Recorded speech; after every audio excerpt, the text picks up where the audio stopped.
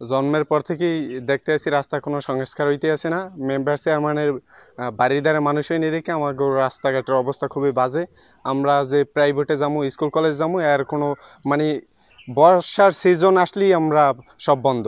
বাড়ি যে অবস্থা, রাস্তাঘাটের তলাই রয়েছে, মানুষজন যারা চলাফেরা করতে পারে না।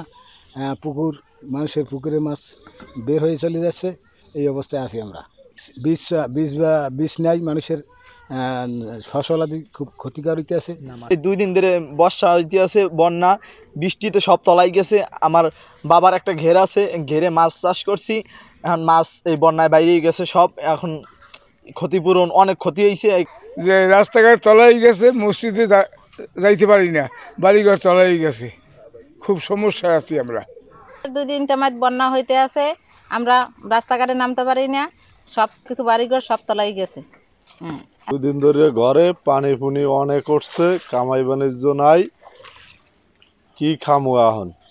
গরু বছর তো, ছাগল গরু কোনো কিছুই নামানোর মতন কায়দা নাই। চিরপাড়িদের বিস্ফেরা সব তলাই গেছে, পানিতে মাছের পোনা টানা সব মেয়ে গেছে পুষ্করিণীর পানিতে মাছ টাছ।